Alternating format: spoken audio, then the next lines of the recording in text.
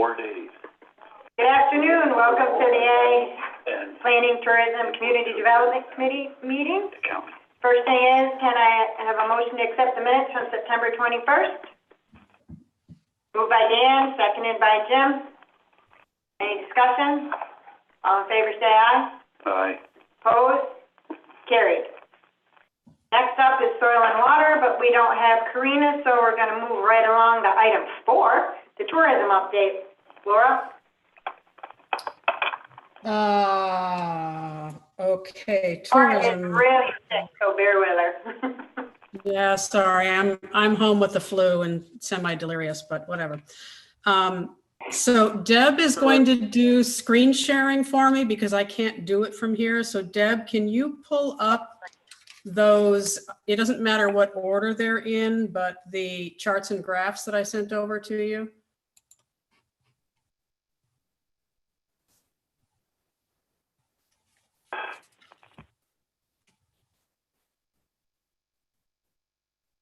I see you're there now, Karina, but we moved on. We'll circle back to you. Okay.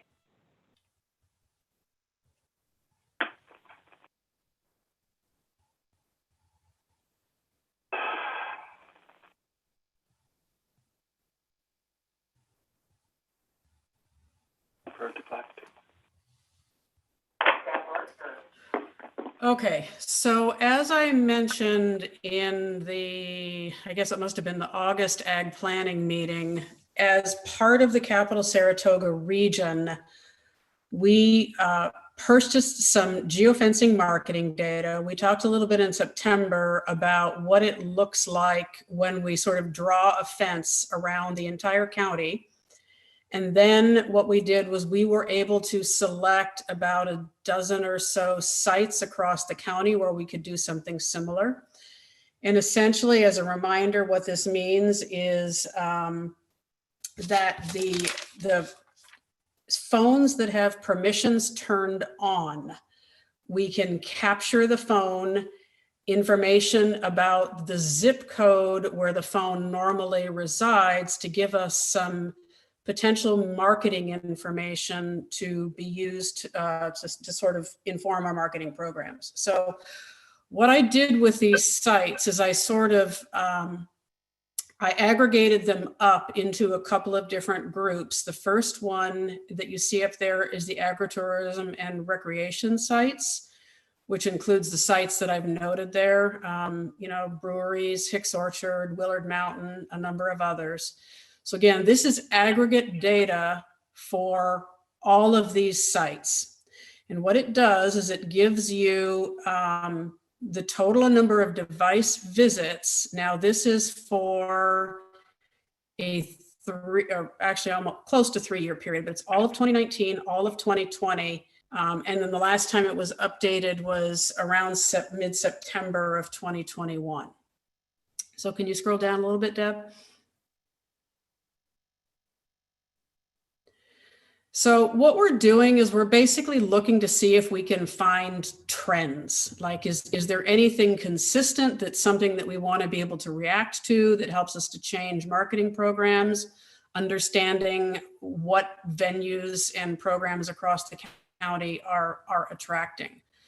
So interestingly, and there's a couple of more of these to show, and I can send you all more detail about this, but on the agritourism and outdoor sites, this information kind of confirms what we thought, which is that especially around COVID, what you're seeing is the popularity of outdoor venues and recreation being escalating significantly, because obviously outdoor venues are sort of considered safer than indoor venues.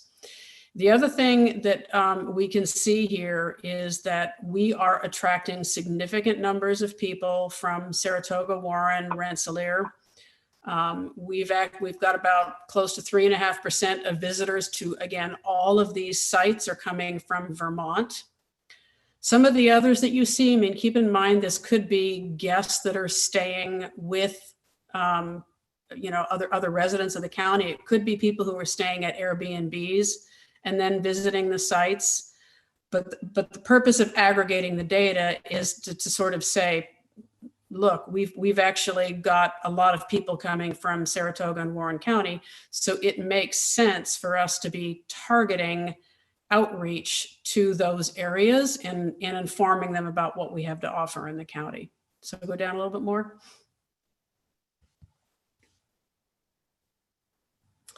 So again, this just indicate, DMA is destination marketing area. It just sort of confirms that we are essentially a day trip. Local visitors, close to 90% of the people are from the Albany, Schenectady, Troy region. But again, we've actually got quite a number of people who are coming from Vermont. Also confirms that the distance traveled is typically under 25 miles. There's actually, a fair number of people that are traveling sort of the 26 to 50 miles, which is close to 6%. And again, the rest of them, I think they're more likely to be out of state visitors who might be staying in those Airbnbs or staying with residents. So the average length of visit, now again, this is the average number of hours that these phones are spending on these individual sites. This is not, for example, somebody who's staying at an Airbnb and how long are they at the county. It basically means that people are spending an average of about 3.5 hours at these specific sites. The income and demographics that this refers back to, again, it goes back to the zip code where the phone normally resides. So it's, it's very general. I wouldn't read a lot into it. Although I will say it's interesting when we kind of go on to the next one, which is arts and culture ones, there was a little bit of a difference. The average income of people visiting the agritourism and recreation sites was typically higher than income visiting the arts and culture sites. So Deb, I don't know, can you go on down to the arts and culture one? Is that, I don't know if you have it in a different document. Laura, before you go on, I had a question in regards to the, go up a little bit more, Deb, above that one right there, the average length of visit. You say 3.5, is that, so let's say somebody goes to Hicks Orchard and they stay there for 2 hours and then they go down to Argyle over in Greenwich or Cambridge. That phone is being, so that they would fall under the 1 to 2 hours at each location, right? Not correct. Okay. Yes. All right. Yes. All right. Thank you. I just want to make sure. Thank you. Okay. So Deb, the arts and culture one. So again, these, we were given limited number of venues that we could select. Again, the arts and culture, it confirmed what we sort of thought, which is that arts and culture are attracting more visitors from within the county than from without the county. So, and I do have all of this data available by each site. And I know, like, for example, Hubbard Hall, I talked to them and they said, it confirmed what they pretty much thought, which was that they're attracting more from within the county than from out.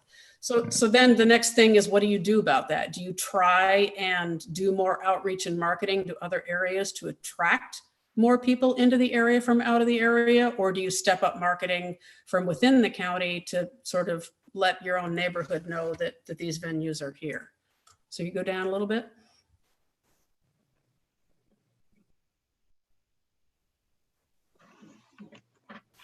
So again, this is very similar to what you saw above, except that, the visitation by county was a little bit higher from within the county. Although, again, there's a few more from Vermont, but also if you think about Pember and Slate Valley Museum, they're right on the Vermont border, as is Hubbard Hall. So that makes a certain amount of sense. So going down. Again, these numbers are even higher from local area than from out of the area, and even higher in terms of less distance traveled to get to these venues. So again, I wouldn't say that, the average length of visit is a little bit less. Median household income, again, is a little bit less on these venues than it was on the outdoor and agritourism ones. There was no substantial difference in age on either of them. But my intention is because I haven't been back in the office, I haven't gotten all of these to the individual venues, but I intend to share the data with them. Deb, the last one is the Washington County Fair. If you can put that one up. So because we have these, I have this data 2019, 20, and 21. Because there's a fairly substantial number attached to the Washington County Fair, again, we have about 5,000 visits that we're looking at during 2019. I remind you again, this does not correspond to total number of visitors because, you know, we know that the number of people attending the fair is closer to 100,000, although many of those are repeat visits. But again, it's a substantial enough number that it gives us some information. This one I split out by year because I wanted to see what the impact that COVID had on the fairgrounds, because obviously the fairgrounds are highly dependent on a few days of the year during Fair Week, and that didn't happen during 2020. But as you can see on this number of tourist visits, you have huge spikes in August, which corresponds to the Washington County Fair. And then if you go down a little bit, the fair is actually bringing in more people from outside of the region than any of the other venues, which again is not a huge surprise. You know, we know that we get people coming from reasonable distances. Go down a little bit more. And again, you know, substantial numbers from Burlington, New York, Boston, western part of the state, Philadelphia. Distance traveled here, averages are a little bit further than the other two. Like, remind you, this is 2019 only. Average length of visit for that stay was about 4 hours, and visitor household income is actually higher in this case than it is in the other two cases. Age, again, is about the same. So going on to 2020, you can see that as opposed to that one big spike in August, which corresponded to the fair, I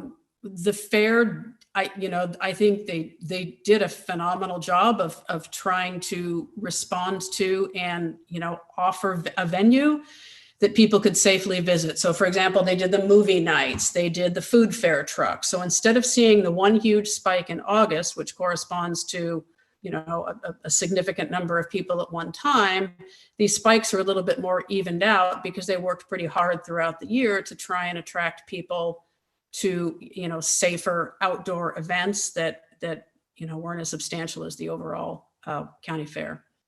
So go down a little bit. Again, significant numbers of people from Saratoga. Not a surprise, especially, this is 2020. Track did not happen during 2020, but we still saw a significant number of visitors coming over from 2020. We would normally expect to see like dark days at the track, people coming over to the fair, but even without the track, we still saw a number of visits from Saratoga. So go down a bit more. And again, this is not much different, still not huge differences traveled. Length of visit is lower. Again, this wasn't the fair. This would have been the movie nights, the food trucks, the other smaller events. And household income is similar to what it was. So going on down to 2021, we were able to go down just a little bit more. So since this data is through the end of September, you can see once again that there's that huge spike, but there are other spikes, which are, you know, some of the other events that they did. The Fiberfest isn't on here, but, you know, there's the Antiques Fair that they do and a number of other events. So again, this information has all been shared with the fair, which sort of is just informative in terms of, what the picture looks like now so that they can, use the information to decide where they want to market. And then from the county tourism standpoint, it just continues to help us inform. Go ahead, Jim. Laura, the year-over-year delta in comparison for the Washington County Fair, the number of unique users from what looked like about 5.3 to 3 points. Yeah, 3 points, and from 2019 to 2021 is huge. That's again because the fair did not happen during 2020. No, 2019 you had 5 point something, and then the 2020 was 3 something, and then in 2021 was 8.3. That's like 80%. Yeah, so I see what you mean. Yeah, it is. Yeah. So I've thought about that, and I'm not sure what to read into that. So again, data is only as good as however you interpret it, right? Mm-hmm. It could be something as simple as better cell phone service picking up more signals. It could be more people have given permissions, but again, you can't necessarily correspond it to actual number of visitors, because right. I know that the number of visitors 2021 was commensurate with 2019. It was down a little bit, but not huge. The other piece is, and I think you said it there, Hudson Valley Wireless has, I believe in 2020, they added more service to the fair, especially during those other times. So Cassie, does the fairgrounds have Hudson Valley Wireless? Are they Wi-Fi year round now? Before it was just during Fair Week. They would have that. Does that make They're sense? not. But I guess I really don't know. So they're not, Jimmy. So I actually worked with the fairground to put in a federal grant application to try and get them Wi-Fi service. Unfortunately, that grant was not awarded. So I've actually been working with Rebecca to try and come up with plan B, find another grant application. And I've also, in fact, I just talked to Hudson Valley Wireless last week. They're also looking to try and help some other funding sources to try and make it so that, instead of it just being the fair, that they've got coverage on the site year round. I will also tell you that, go ahead, Cassie, sorry. Terrible on the weekend. The service is terrible on the weekend. It's just a struggle to use a cell phone on the weekend at the fairground. Well, the fairground had an incident during Fiberfest. I am still investigating, and, Cassie and Jay, any help that you can give me with this would be appreciated. But apparently what happened is during Fiberfest, a lot of the vendors use the squares on their phone to conduct transaction. Verizon has done something to their cell phone towers in the area so that the cell service all went down. And when the fair and a number of the vendors tried to contact Verizon, Verizon blamed it on the Washington County Board of Supervisors. So I have requested, get me something in writing as to exactly what they think that we did. But yeah, I mean, because remember that a lot of the vendors who are selling at the different venues, they're relying on that cell service in order to conduct transactions through those squares. So in any event. One of your best days at the fair in 2020 would have been the Salvation Army's food delivery day, because it was a huge crowd that day. You ought to be able to see that by a visitation spike on that first map. Yep. Yep. The first in May. Yep.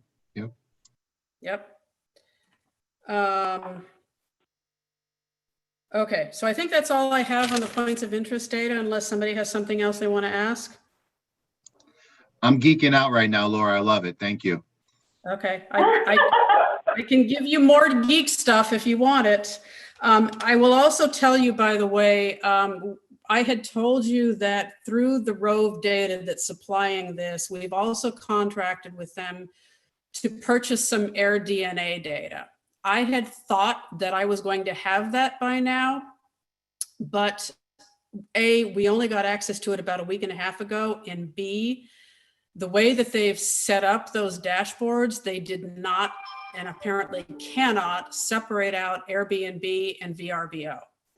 So I have to have a way to have them address that because we don't see revenue from VRBO. I mean, it's good data in terms of it will sort of tell us what lost revenue opportunities are, but I need to see it separated. So I've asked them to work on it, and I'm going to try and address that at the November meeting. Dan Shaw, you had a question? Yes, Laura, I noticed your charts there, or graphs,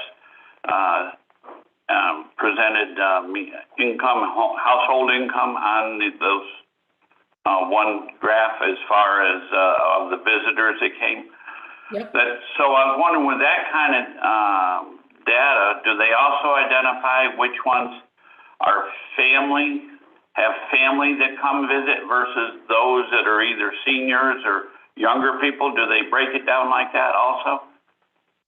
So the household income, and I can also get per capita income and a few other things, that is very general income in that it is tied back to the demographics of the zip code where the phone resides. It's not the actual billing address where the phone is. Okay. It's just the general zip code and neighborhood where the phone really lives. And that's why I said it's sort of, it gives you a picture, but it's not exact because it's not necessarily the phone owner, it's the general area where they live. Thank you. Okay. Okay. Another thing on tourism, we finally just got paid our $28,000 for the 2021 I Love New York program. So you may recall they're only paying us for Q3 and Q4 of this year. I also just received notice that they are going to fund us for 2022. I won't have the final number until probably December, but based on the preliminary information that I'm seeing, I'm guessing that what they're going to fund will be somewhere in the $50,000 range. And to put that in perspective, in 2019, we got 68,000. In 2020, we were supposed to get 60,000, but they cut that in half when COVID happened. 2021, we're getting the 28,000 just for 2 quarters. So, you know, the funding from them is clearly trending downward. So, you know, good for us that we've starting to see significant climbs in the Airbnb revenue, because hopefully that starts making up for state monies if they continue to decline. And that's all I have on tourism. Anything from anybody? Dan Shaw?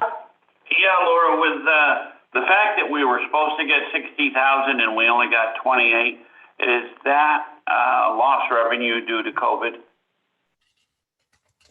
I would say so. I think that's up to Mr. Nolette, but I would say so. And so can we apply to recoup that?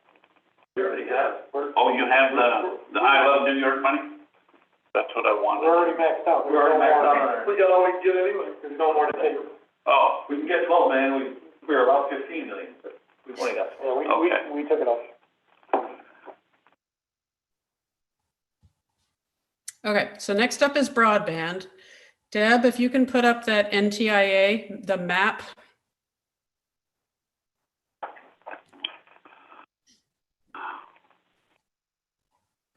So while she's doing that, first things first, the ECC study plan, all of the survey that we did, we were supposed to have had the report in October. Unfortunately, ECC informed me that they got somewhat impacted by COVID and their reports are late. So I'm now expecting that report to be completed around mid-November. It should be here in time to review it for the November Ag Planning meeting. And as a reminder, I sent out an email to all the supervisors. Everybody received a notice from the PSC talking about the ECC statewide study. Essentially what they are doing is something fairly similar to what we did, but they're taking it a step further and trying to create an address level lookup tool. So because we just completed our survey, you know, I commented to them like, everybody who took this survey, they are not going to turn around and take the survey again. I mean, we just did this. So they have state permission to use the data that was collected for our study. It will be rolled up into the statewide effort so that it's part of the address level lookup tools. Any questions on that? Okay, so the NTIA map that you see in front of you, I've mentioned previously that a joint effort between 6 different counties was a submission to get coverage to approximately 3,000 addresses. Because of all of the NDAs that the providers required, I don't even know exactly where all of the addresses are, but they did agree. Those little brown blurbs are just general areas where there are addresses that were contained within the application. It doesn't necessarily mean that every address within those little brown blurbs will be covered, but this just gives you a general idea of the spread of trying to collect. And again, this was done without a whole lot of time, of trying to collect addresses to include on a federal broadband application. So there were actually, even with the limited data that we had, there were actually a few additional areas that I wanted to see covered in this. However, because of the state DOT tax, we actually had a couple of providers refuse to include them in the application, because even if the fiber deployment was 100% covered by NTIA, that broadband DOT tax would actually make the operation insustainable, i.e. they wouldn't be able to afford to keep the lights on, even if they were paid to do a complete build out.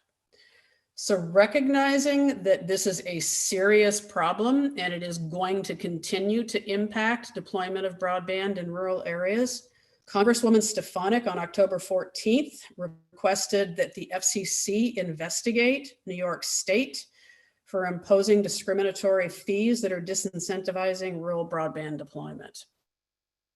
So there are actually 2 New York State taxes that are impacting the providers. One of them is the DOT fiber pet tax, which is what the Congresswoman requested the FCC investigate.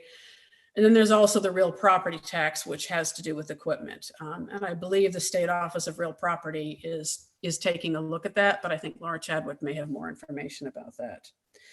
That fiber tax is so, just to give you an example of how meaningful that is, up in the North Country, DANK, they actually manage some fiber networks. They are paying $1.6 million a year just in that state DOT fiber tax, which represents about 25% of their entire budget. So that just, it sort of goes to highlight that in rural areas where you have long distances from address to address and you are being assessed a per mile charge to have fiber in a state right of way, it's going to disincentivize additional deployment of fiber because, you know, it's costly to the operators. So I guess that's really all I had. Any questions on that? I don't see any. So are you all done then? I'm all done. Karina's turn. Okay. Feel better. Okay, Karina, you're up. Okay, I just wanted to give you some feedback on the environmental facilities money for septic replacement funding. We received 42 applications by the September 30th deadline. I will still take applications. We'll file them and keep them for the next round if we have some money left over from this first round, or if they decide to give us more money next year. So I had 10 applications from Casiuna Lake. Right now we have 4 that are good applications that I'll be sending letters to, that they are getting awards. A lot of people sent applications in with insufficient information, primarily being an inspection report that from somebody that's qualified to say that there is a failure with their system.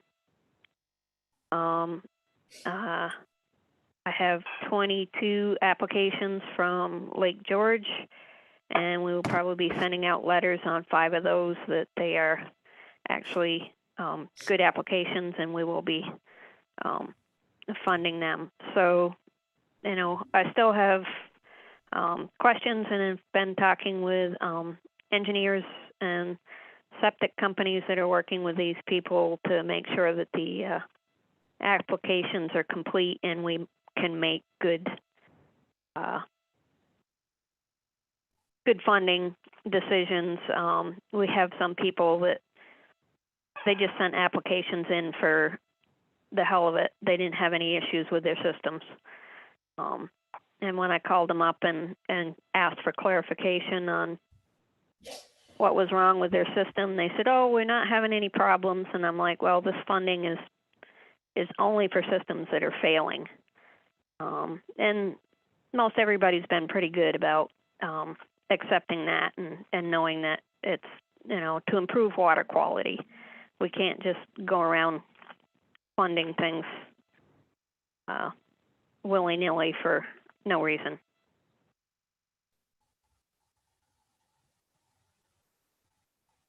Anybody have any questions for Karina on the update? Brian? Karina, was that a better expectation of applications, or did you expect far more?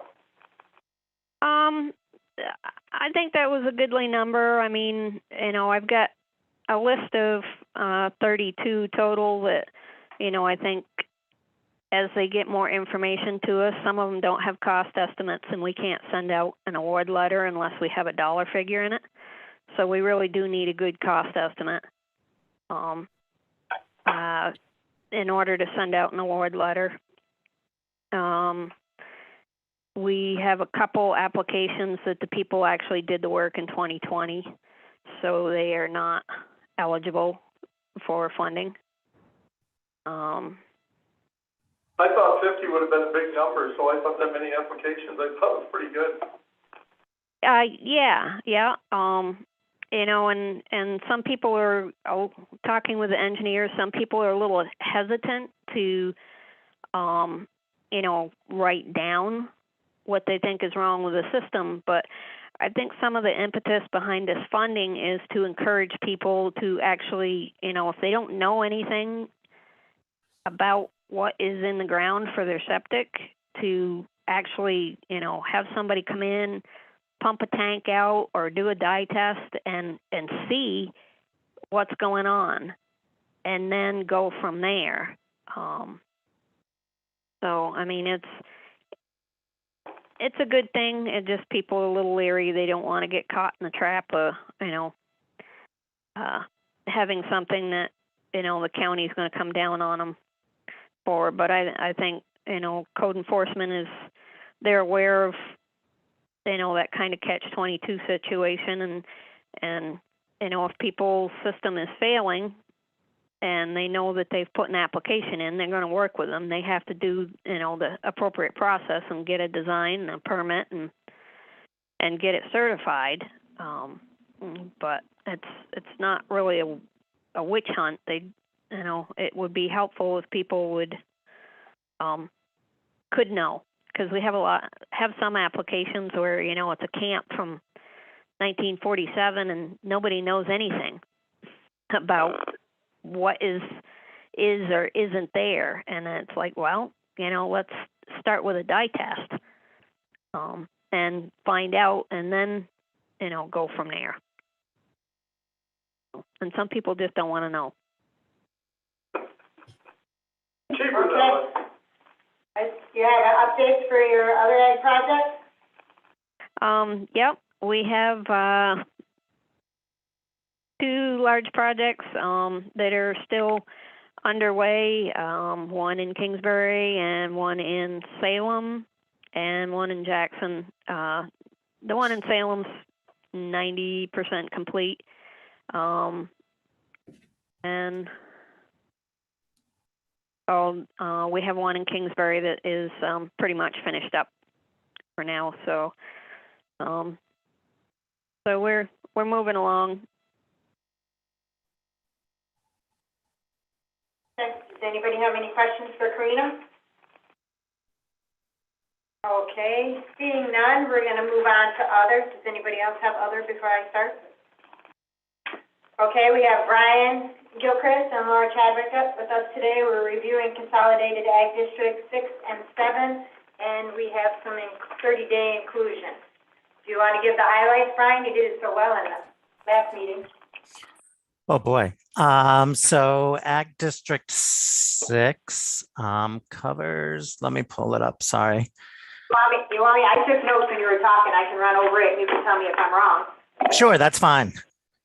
Okay, Ag District 6 covers mostly Argyle and Fort Edward, small parts of Hartford, Hebron, and Kingsbury. It's mostly dairy, equine, and livestock. It includes the grasslands in Fort Edward.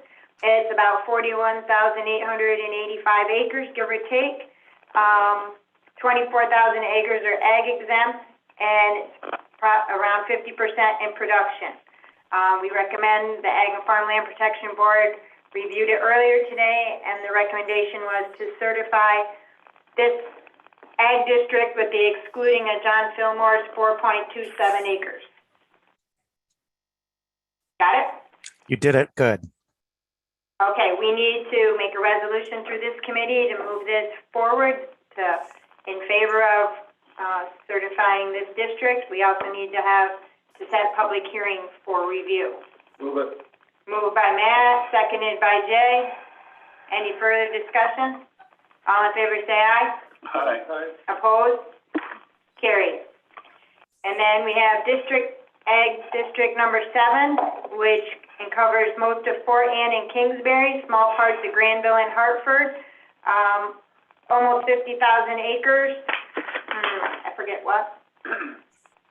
In production, dairy, some organic pork, has many exemptions or easements in that area, like PDRs or ASA.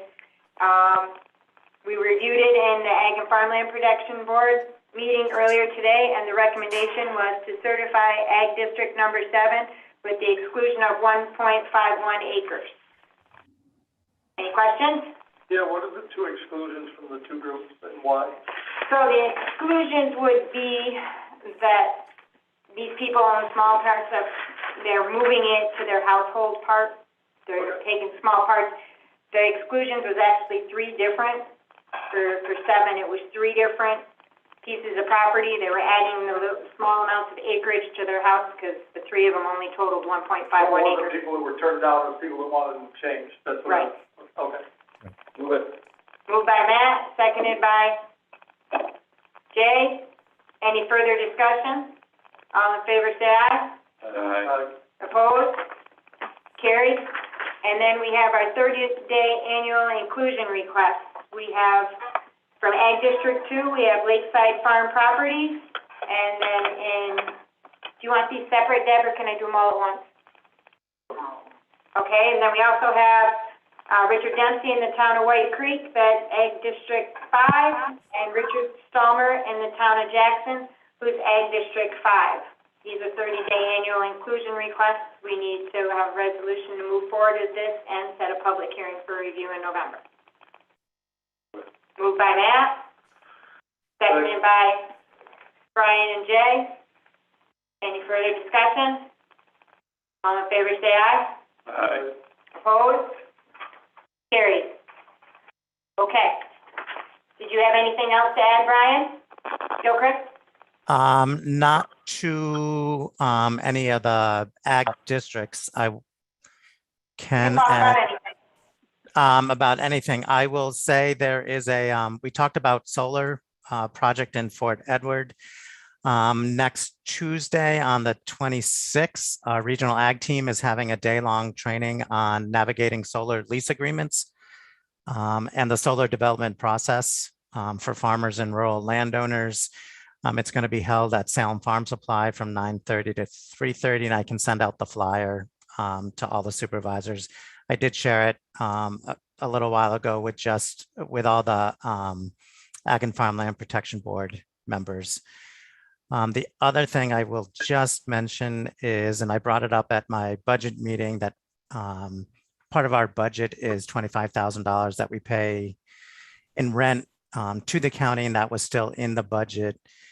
And at the time, when Krista Bolt was here, there was talk about finding space in the Greenwich area for cooperative extension. There was an opportunity that presented itself as the county was looking at moving agencies to Burgoyne and not knowing how much space was there. And I had just mentioned that we still had the money in the budget to either pay Washington County or somebody else. Melissa reached out to me after my budget meeting and wanted a clarification as to what I was talking about, because she was not the county administrator at the time. And I brought her up to speed on where we were at, and still wondering what the office space situation was, as another opportunity has presented itself for space for cooperative extension to rent in Greenwich. And we are exploring that space. So not to catch anyone off guard, we are exploring that space in Greenwich, but I don't know if anyone, and we feel that if we have to move out of Fort Edward, that Greenwich makes sense, because that's where a lot of the other ag service agencies are. So I don't know if anyone has any feelings about space, about cooperative extension moving. But if anyone does, you can talk to me now or talk to me after about those feelings and any potential pros and cons that you may have on that. Melissa? Brian, at this morning's government ops meeting, Matt Jones, the building and ground superintendent, was in attendance, and we did bring up the moving of public health over to the Burgoyne property. And it was mentioned, the subject of cooperative extension and where your location would be, whether we're able to find another location for you on county property, or I did also mention that you may have other options available. From what I got at this morning's meeting, I would hate to see you miss out on another opportunity if you have it. That being said, I can't guarantee that we will not have space for you, but we just haven't gotten to that point yet.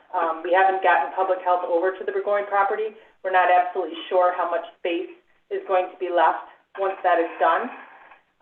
So I wish I had answers for you. Unfortunately, I don't yet. Completely understand that. Brian?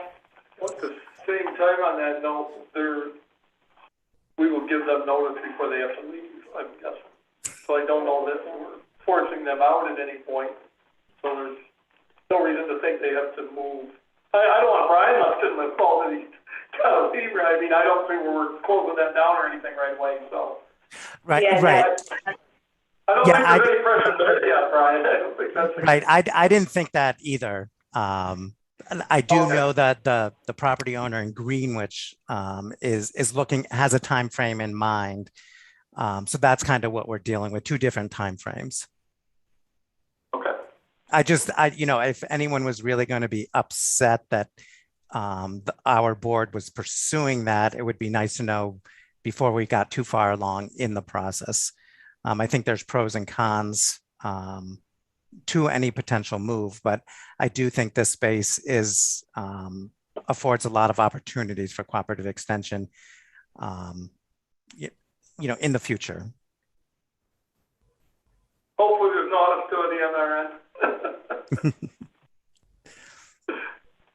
And Brian, I'd like to keep the communication open, and as soon as I have more answers, I will certainly reach out to you Thank and you. let you know what the intentions are. Okay, does anybody Cassie? have anything else? to Cassie, come before? Yes, Laura? one quick thing on all solar. The Assessors Association, New York State is putting on a webinar for the assessors for solar valuation. They have a new worksheet that will be used for all your assessors to value all the solar in their town. It's something that the assessors will have to review annually. And New York State has produced this this product that they can value their solar projects on. So all the assessors should have received an email on this from the New York State Office of Real Property Tax Services. So if you see your assessor around, just remind them that next Wednesday there is a webinar for them to join in on. Okay, Laura, since you're my assessor, don't forget to join in. Oh, we already are. Yeah, we are. Got it. Dan? Yeah, Laura, the 6 towns that are having the reval, the GARC company, are they taking that or using whatever that formula is to do Yes. the valuation now? Yes, and Okay, every so town it's is gonna supposed stay- to use this. Yes. So it's going to stay consistent then, Yes. Thank you. Hopefully, yes. hopefully. Okay, anything else to come before the committee? Okay, we're adjourned. Everybody have